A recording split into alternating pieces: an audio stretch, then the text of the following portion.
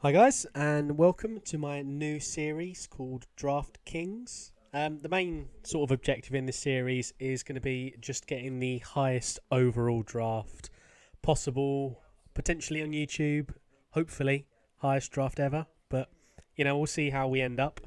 But my record at the moment, I believe, is 85 overall, but 87 on defense. So that's actually my highest viewed video at the moment. So I'm sure pretty much everyone who's watching this has seen that one. But let me know down below what you think of the idea of this series, because I'm pretty sure a lot of people like watching the drafts. Because I like watching it when other YouTubers do draft champions.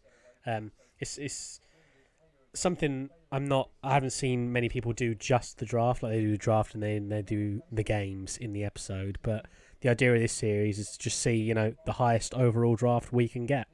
And we're starting off pretty well here. We're getting a lot of elite rounds. We're getting a 93 fullback Fowler there, and that card looks incredible. So I'm thinking this series might also be sort of an eye-opener for some cards maybe you hadn't seen before, hadn't thought of using, or maybe you thought you haven't got that high overall draft yet that you've been waiting to get, and this series might give you the motivation to go and get it, because there is an achievement for it on PS4, a trophy, and I don't know if there is on Xbox, but I assume there would be. But overall, this draft is going alright. I mean, we picked up a fair few cards. We're in a gold round here, but another thing I'm noticing is if players' overalls aren't that high, some of the campus hero cards, their overall doesn't do the stats justice. Like some cards just, none of these ones, for example, but actually Royal there's really good for an 84 overall.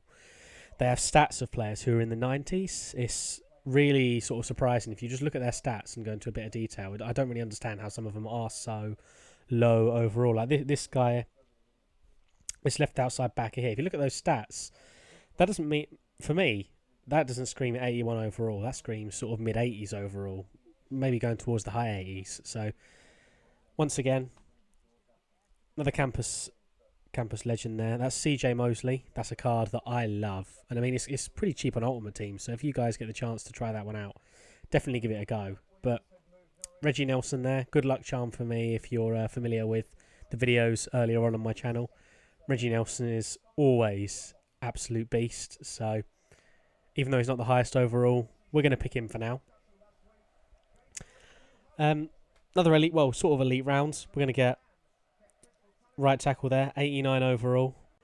But back to the golds now. But the first draft in this episode, unfortunately, isn't the highest overall we're going to get. As you can see, we're only at 80 with 5 picking rounds left. So we're not going to be able to get 85, which is what I'm aiming for these, or above, unless we get incredible picks. And we do get a very, very good round here. I mean, Greg Lloyd, right outside linebacker, phenomenal card. Unfortunately, isn't the highest overall. Well, unfortunately, saying it like it's a bad thing. First world problems there. But we get 97 overall, left outside linebacker there. I'm going to go with him just because we're going for the high overall, not going for the best team. If we're going for the best team, I definitely go for Greg Lloyd. But we'll go for Houston there.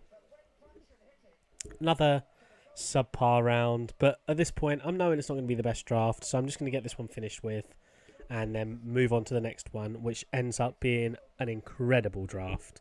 And sort of salt in the wound there, we get Tulloch as an offer. A man I'm known not to like too much on Ultimate Team, if you watch my Developing Detroit series, because he is probably one of the slowest linebackers going. And unfortunately, he's the middle linebacker I have to use. So, like I said, salt in the wound. But we get 83 overall. It's not too bad. I mean, it's a lot better than I was getting earlier in the year. Obviously, there's more card variations out now, but I'll take it and now move on to the second one. So, jumping into this draft, this was a very good one, and coach doesn't matter too much for this series. As I say, it's the first episode, just warming into things, letting you guys know what's going to happen. I'm going to try to pick the highest overall, but obviously sometimes if you pick the same player or same position twice, one player's going to be moved out of position and their overall will actually end up being lower. So it's a little bit of tactics involved, I suppose. It's obviously a lot of luck, but we start off with 290 picks in a row, 2 lineman picks, which is fantastic. If I was actually going to play the games. But even still, a 91 centre to start with and 90 overall right guard Yonder there. Followed by another incredible elite round where we've got Michael Vick or Moncrief there, whose card looks really good, but it's really cheap for some reason on Ultimate Team. But going to go for Vick, obviously the higher overall. Didn't get the best round this time. Wasn't sure who to go for. I mean, Clay Matthews is 1 overall higher, but I don't think it makes too much difference. And the chances of getting a higher middle linebacker, I think, is the odds of getting a high rated middle linebacker are higher than getting a high rated corner, because you tend to get gold corners and take a corner when you can, I think. But we got another good pick there, 89 tight ends, and another incredible elite round. Unfortunately, he already had a centre.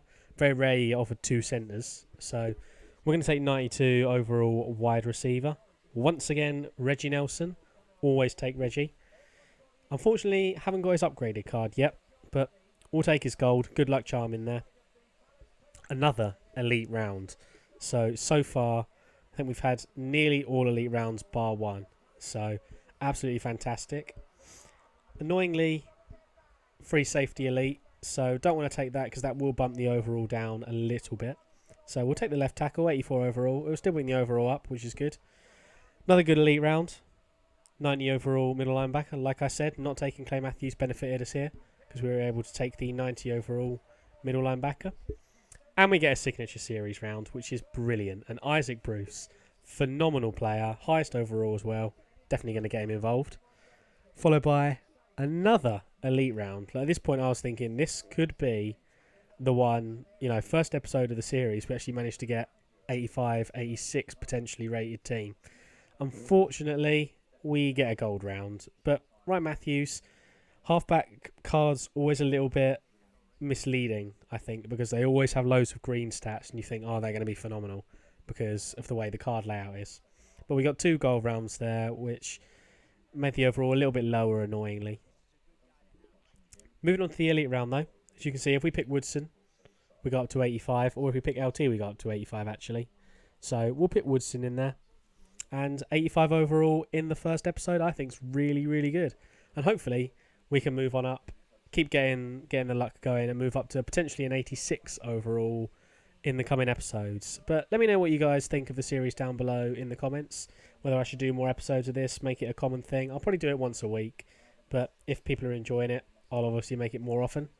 Put a like on the video if you've enjoyed it. That will be the easiest way to let me know to keep doing the series, and subscribe for more. And I will see you guys either for the next episode of this series or for my other series developing Detroit tomorrow.